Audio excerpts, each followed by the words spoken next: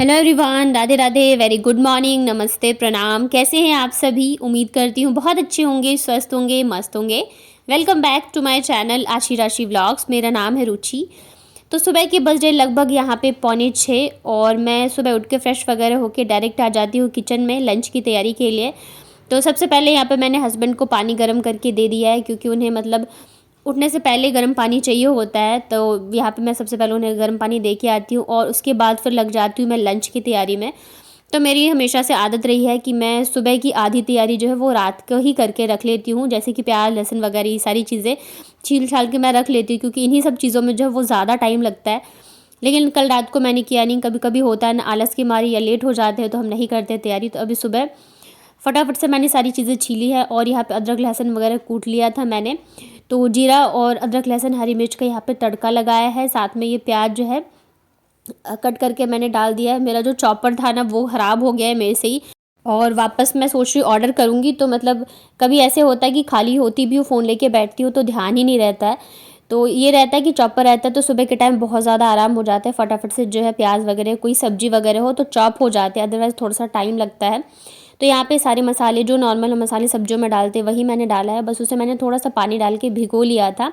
और उसके बाद यहाँ पे मैंने डाल दिया टमाटर और नमक, मैंने मसालों के साथ ही डाल दिया था। इसे ढक के हम अच्छे से पका लेते हैं ताकि जो मसाले हैं हमारे अच्छे से भुन जाए, तेल और मसाले जो है वो अलग अलग हो जाए।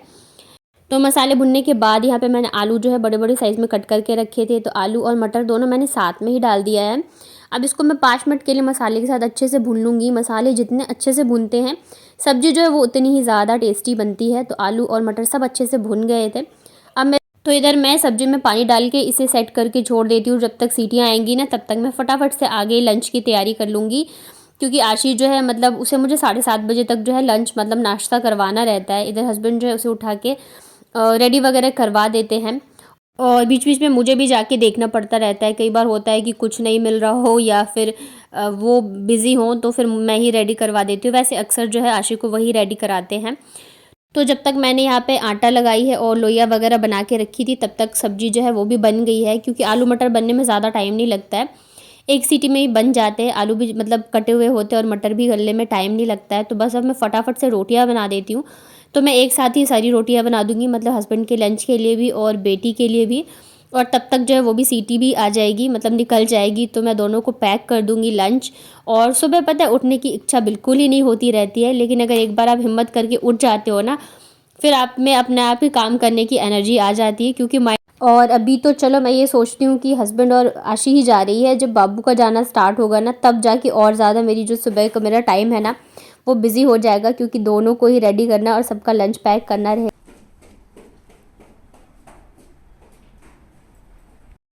तो जब हस्बैंड और बेटी दोनों ही चले जाते हैं ना तब मैं बस आराम से बैठ के पीती हूँ चाय, और उसके बाद फिर लग जाती हूँ वापस से मैं मेरे घर के कामों में, और बाबू को भी नाश्ता कराती हूँ। सबसे पहला काम तो ये होता है कि बच्चे को फ्रेश वगैरह करके नाश्ता करा दो, क्योंकि फिर भूखे रहती है ना तो फिर ना तो काम करने देगी और ना ही खेलती रहती है, पूरे टाइम मेरे से चिपकी रहेगी। इसलिए अच्छा है कि सबसे पहले इसे नाश्ता कराओ, उसके बाद मैं उसके साथ ही मैं अपनी चाय भी लेके आ जाती हूँ। क्योंकि ऐसा नहीं है कि एक बार में खा लेती है, मतलब थोड़ा थोड़ा करके खाती है, तो मैं इसको खिलाती भी रहती हूँ और साथ के साथ अपनी चाय भी आराम से बैठ के एंजॉय करती हूँ। उसके बाद मैं लग गई थी यहाँ पे घर के कामों में। तो सबसे पहला मेरा काम ये रहता है, अगर जिस दिन मुझे कपड़े धोने होते हैं, जिस दिन क्या लगभग कपड़े तो डेली होते हैं, लेकिन कभी कभार होता है कि थकान होती है तो नहीं धोती हूँ। तो मैं ना सबसे पहला काम ये होता है कि मैं कपड़े जो है वो भीगने के लिए डाल देती हूँ। इससे क्या होता है कि मेहनत थोड़ी सी कम लगती है, जो मैल वगैरह होता है ना वो निकल जाते हैं और धोने में इतनी मेहनत नहीं लगती है। अदरवाइज़ फिर अगर आप सोचो कि तुरंत के तुरंत भिगो के तुरंत ही धो तो मेहनत थोड़ी ज़्यादा ही लगती है। और फिर ठंड है अभी, तो मतलब कपड़े जो है थोड़े से गुनगुने पानी में ही भिगोने चाहिए। इससे क्या होगा ना कि जल्दी जल्दी से साफ़ हो जाएंगे, ठंडे पानी से धुलने में टाइम लगता है। तो आज ना काफ़ी अच्छी वाली धूप आ रही थी, तो रजाई जो है मैंने छत पे डाल दिया था। और जो मैंने जो मेरी वुलन वाली ब्लैंकेट है ना वो भी आज धो डाली, क्योंकि काफ़ी दिनों से धुले नहीं थे। काफ़ी दिन क्या, जब से मैं लेके आई तब से मैं धो ही नहीं पाई थी। ठंडी इतनी ज़्यादा है कि मतलब हिम्मत नहीं हो रही थी हटाने की, और ऐसे भी नहीं है कि एक दिन में सूख जाएगा, तो इस वजह से मैंने धुले नहीं थे। आज धूप अच्छी वाली हो रही थी तो इस वजह से मैंने सारे ही कपड़े जो है धो दिए हैं। और उसके बाद ये जब आशी स्कूल से आ गई है तब आई थी मैं छत पर डालने के लिए। तो मतलब बच्चे जो है वो भी अपना धूप में खेल लेंगे और मैं जो है कपड़े वगैरह वो भी डाल लूँगी। आशी तो फिर भी मतलब ये रहता है कि चलो खेलती रहती है। मेन तो मुझे बाबू का रहता है कि कपड़े डालती हूँ ना तो फिर वो मुझे परेशान करती है, मतलब गीले कर लेती है खुद को। और ऐसा भी नहीं है कि मैं उसे रूम में छोड़ के आऊँगी तो वो रुक जाएगी, वो मतलब एकदम ध्यान रखती है कि मम्मी कहाँ है कहाँ नहीं। अगर मैं 1 मिनट भी उसको नहीं दिखूँ ना रूम में या किचन में तो वो भाग के छत पे आ जाएगी या फिर मुझे ढूँढने नीचे चली जाती है।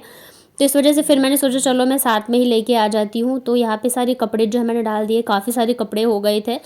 मतलब डेली के डेली धोती हूँ उसके बाद भी इतने सारे कपड़े होते हैं और अगर एक दिन गैप कर लो ना तो फिर नेक्स्ट डे तो एकदम बैंड बज जाती है कपड़े धुलने में। तो यहाँ पे देखिए कपड़े वगैरह डाल दिए हैं मैंने और मुझे पता है एक दिन में तो वापस से ये जो बेडशीट है वो नहीं सूखेगी, लेकिन ये है काफ़ी हद तक सूख जाएगी क्योंकि आज जो है काफ़ी अच्छी धूप भी आ रही है, हवा जो है कम ही। और ये देखो इसको बेडशीट जैसे इसने देखा ना गीला तो उसके अंदर जा जा के पूरी गीली हो गई थी ये। और उसके बाद फिर ना हम लोग सो गए थे आज दोपहर, मतलब सुबह के टाइम ना बाबू ने क्या किया था, पानी जो है गिरा दिया था गद्दे पे, मतलब आगे की साइड में। तो दोनों गद्दे जो है मैंने वो भी धूप में डाल दिए थे सूखने के लिए। सारे बिस्तर को तो मैंने नहीं डाला है धूप में क्योंकि फिर बहुत ज़्यादा मतलब दिक्कत हो जाती है और काम भी बढ़ जाता, मुझे कपड़े वगैरह भी काफ़ी सारे धोने थे। तो इस वजह से जहाँ पे गिराया था बस उसे ही मैंने धूप में डाला। और अभी दोपहर में थकान हो गई थी तो बच्चों के साथ फिर मैं थोड़ी देर सो भी गई। और आप लोग भी मुझे कमेंट करते हो कि मैं थोड़ा सा अपना भी ध्यान रखूं और खुद भी रेस्ट करूं, तो बिल्कुल सही कह रहे हो कि अगर अगर हम स्वस्थ होते हैं ना तो ही हम अच्छे से अपने परिवार का ध्यान रख पाते हैं। और हम चाहे कितना भी कर ले तो हमें ये कोई कहने वाला नहीं होता है कि हाँ थक गए हो आराम कर लो या एक दिन की हमें छुट्टी मिल जाए। तो ऐसा बिल्कुल भी नहीं है। जो बच्चे होते हैं या हस्बैंड लोग होते हैं उन्हें तो चलो एक दिन की छुट्टी भी मिल जाती है संडे को, लेकिन हमारा तो संडे जो है वो और डबल जो है ओवर टाइम हो जाता है। तो इस वजह से जब भी टाइम मिले तो थोड़ा सा रेस्ट कर लेना चाहिए। तो दोपहर में मैं सो गई थी, थकी इतनी ज़्यादा गई थी कि मुझे पता ही नहीं चला मैं कब सो गई। वैसे तो मैं अक्सर यही सोचती हूँ कि दोनों बच्चों को सुला के जो मेरे एक्स्ट्रा काम है वो निपटाऊंगी, लेकिन ऐसा होता ही नहीं है। बच्चे सो रहे होते हैं तो फिर मतलब कैसे ही मैं काम करूँगी रूम में। ज़रा सी भी आवाज़ होती है ना तो बाबू फिर उठ के बैठ जाती है और लाइट भी नहीं जला सकती हूँ तो अंधेरे में काम होगा ही नहीं। तो इस चक्कर में डेली ऐसे ही रह जाता है। और अभी पता नहीं क्यों कहने को तो दिन जो है वो बड़े होने लग गए हैं, लेकिन मुझे बिल्कुल ही नहीं पता चल रहा है कि मेरे अपने काम से ही नहीं फुर्सत मिल पा रही है कि मैं कुछ एक्स्ट्रा करूं, जबकि बहुत सारे काम जो है मेरे पेंडिंग पड़े हुए हैं। बेड के नीचे आप देख रहे होंगे ये जो बोरे का मैंने सोचा था ना चटाई सिलूंगी, तो वो भी आधा अधूरा काम पड़ा हुआ है। इसके अलावा मेरी पेंटिंग्स पड़ी हुई है, बहुत सारी चीज़ें हैं जो कि आधी अधूरी करके मैंने रखी हुई है, लेकिन मैं टाइम ही नहीं लग पा रहा है कि मैं कुछ करूं। और मुझे लग रहा है जब तक आशी के एग्ज़ाम ना हो जाए ना तब तक मैं कर भी नहीं पाऊँगी।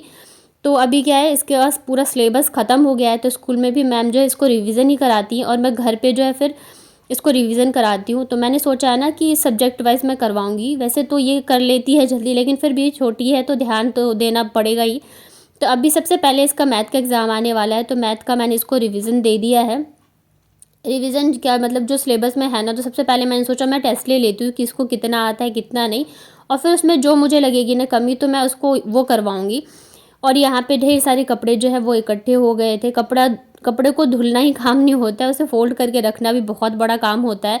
और ठंड में तो फिर क्या है कि जैसे बच्चे सुबह सुबह स्कूल जाती है ना तो चेंज करके जाती है वुलेंस वगैरह, तो वो होते हैं। बाबू के इतने सारे कपड़े होते हैं तो काफ़ी सारे इकट्ठे हो गए थे, तो मैंने कहा फ़ोल्ड भी कर ही देती हूँ मैं साथ के साथ, क्योंकि फिर रूम जो है अच्छा नहीं लगता रहता है। जब हम एक रूम में रह रहे होते हैं ना तो बहुत सारी चीज़ें जो है वो हमें देख के चलनी पड़ती है। वैसे तो यहाँ पे मेरे ऐसे कोई आता नहीं है, लेकिन फिर भी खुद को ही अच्छा नहीं लगता रहता है। ज़रूरी नहीं है कि कोई आए जाए तभी आप रूम को साफ़ सफाई रखो।